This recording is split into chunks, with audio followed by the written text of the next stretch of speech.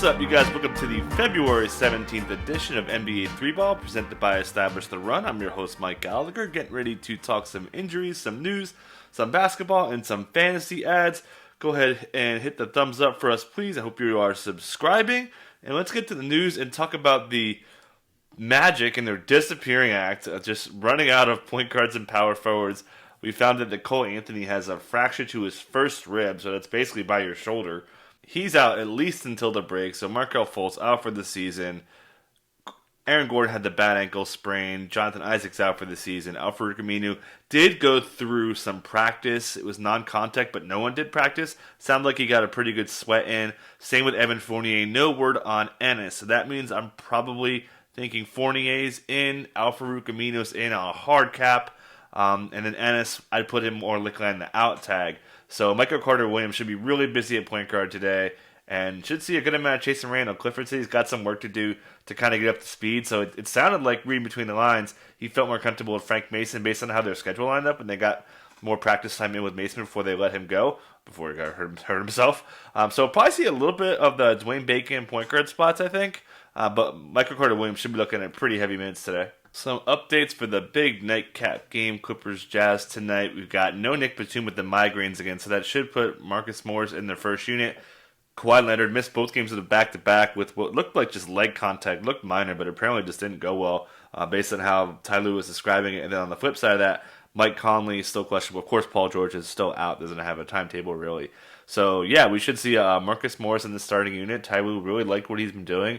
Said he's more comfortable, so he's getting his wind back and getting his legs back, so that's a positive. Amir Coffey was great. 3 days ago, he was in the G League, comes out, hits a bunch of threes, which the Jazz are great. They allow the fewest wide open threes, so things certainly won't get they'll get tougher, after lighting up Miami from three here. Speaking of Miami, still no Goran Dragic, so Kendrick Nunn should be able to bounce back from that foul trouble. Quick stat on Duncan Robinson. His wide open threes are way down, and his open threes are down. He's getting contested so much more on similar volumes. So teams are keying in on him. So that could get other guys to get going. And what should be a tougher spot against the Warriors today. Surprisingly, the Warriors front court has been shutting down dudes. They're not allowing shots at the rim. So mad props to Draymond. Talked to Little Rockets yesterday. Hit him again really quick. Got some questionable tags. Oladipo's doubtful, so he's certainly out. But Tucker and Gordon, it sounded like they were pretty unlikely. Steven Silas said when they worked out on Monday, they didn't look really right at all. So, I think they're probably closer to doubtful. So John Wall gets Ben Simmons here. And then also Steven Silas pretty much admitted that he doesn't like Boogie Cousins in smaller lineups. So this is against Embiid. So, still, Cousins just hasn't been right. They did release Ray Spalding today because of his Achilles injury. So maybe Rodions Kurucs gets in the mix, especially if no PJ Tucker out there. It can get so messy, but Jayshawn Tate is big enough to guard dudes, so he's going to play a lot of front court. Should be pretty good rebounding. And just also, side note, Kevin Porter Jr. could be up somewhat soon. So probably not today, though. Let's get to the basketball stuff as Facu Campazzo got the start for Monte Morris. Mentioned that big wrap on his shoulder previously, and yeah, he didn't play. Didn't really get much of an update, so I think it's possible he misses both games of these back-to-back sets. After that, it was Zeke Naji really filling in because of Michael Porter Jr. playing poorly. 0 for 8.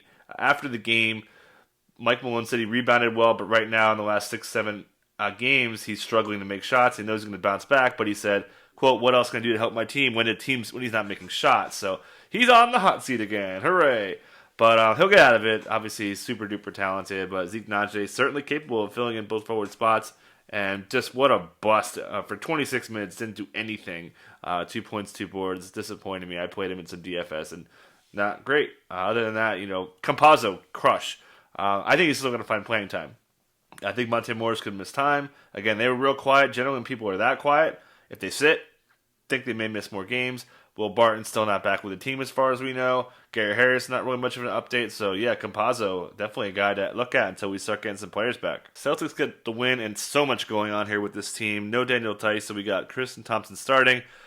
And they took all the center minutes with him and Robert Williams dominating in his 20 minutes with 8 and 8 and 5 steals. Really impactful game. It wasn't a great matchup for him. He gets the Hawks today, which is a really good spot for him.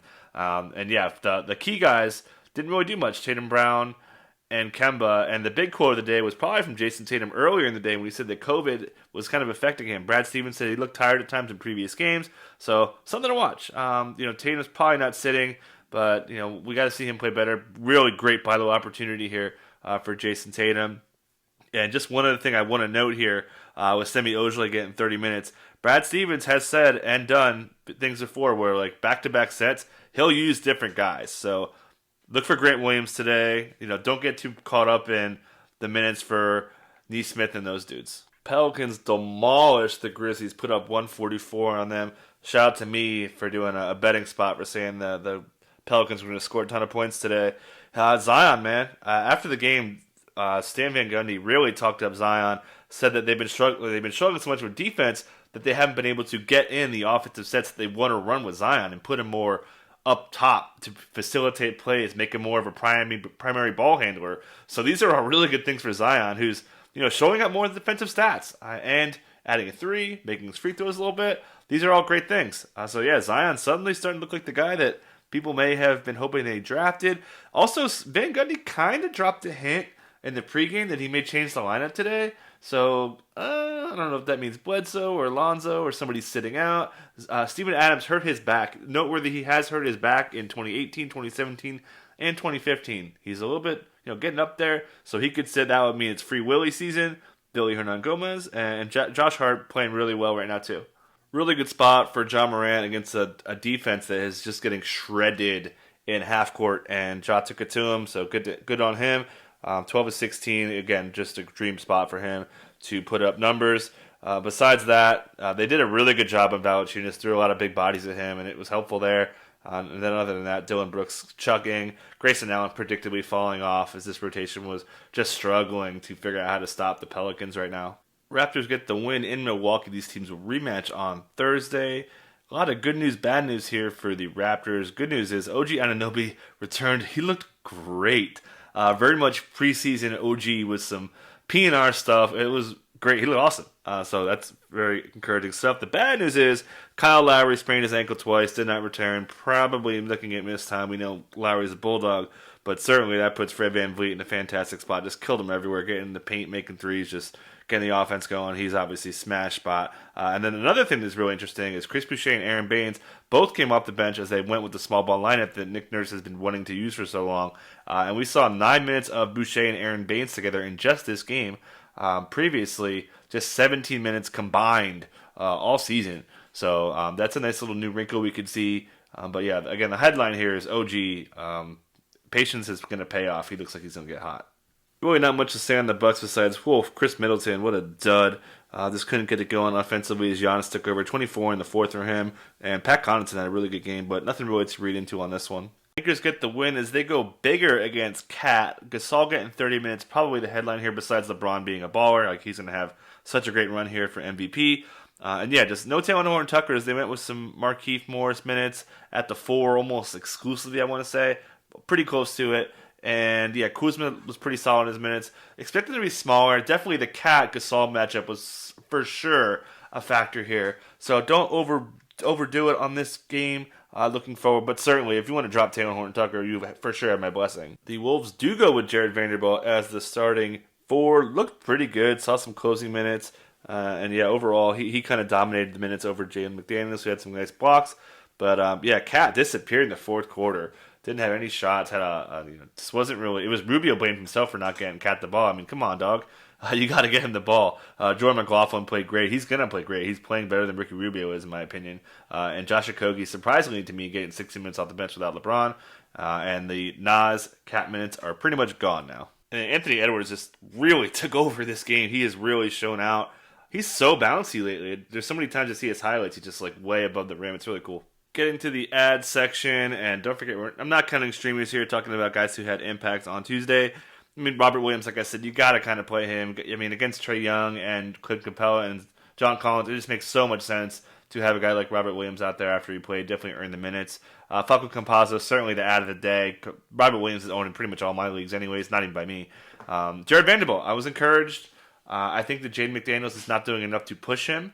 I think cutting down to 10-man rotation is big. I think that could stick. I think they want to keep him next to Cat because they want to make him in the dunker spot on offense and have him get more size on defense. So I definitely think Vanderbilt is kind of back now.